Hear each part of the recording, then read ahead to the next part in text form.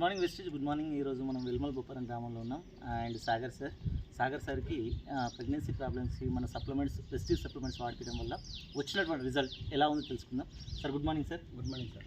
Sir మీకు పెళ్ళి ఎన్ని సంవత్సరాలు అయింది? సార్ 8 years అయింది. 8 years అండి. 8 yearsగా మీరు హాస్పిటల్లో చూపించుకున్నారు కదా? అవును. ఎంత ఖర్చు పెట్టింది సార్ ప్రతి ఒక్క దగ్గర 50,000 అంటే ఒక 3 సంవత్సరాలు చూపించుకోవాలి సార్, 4 లక్షల వరకు అయినాయి. ఓకే, ఏమైనా రిజల్ట్ వచ్చిందా?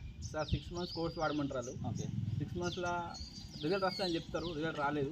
మరి అదృష్టమో డబ్బులు ఖర్చయినాయి కానీ ఎక్కడ కూడా కొంచెం కూడా రిజల్ట్ రాలేదు. Okay sir. అయితే మన వెస్టీజ్ సప్లిమెంట్స్ ఎన్ని నెలలు వాడిండు? సార్ 6 నెలలు వాడమన్నాడు అప్లైన్. ఓకే, కాకపోతే 6 months ఒకసారి డబ్బులు తీసుకోలేక ఓన్లీ 3 నెలలు తీసుకున్నా సార్. ఓకే, సో 3 నెలలు వాడి 4వ నెలల ఇగో రిజల్ట్ వచ్చింది సార్. ఓకే, అద్భుతమైనటువంటి రిజల్ట్ మనం ఇక్కడ చూస్తున్నాం. సార్ మీకు ఖర్చు ఎంత వచ్చింది వెస్టీజ్లో?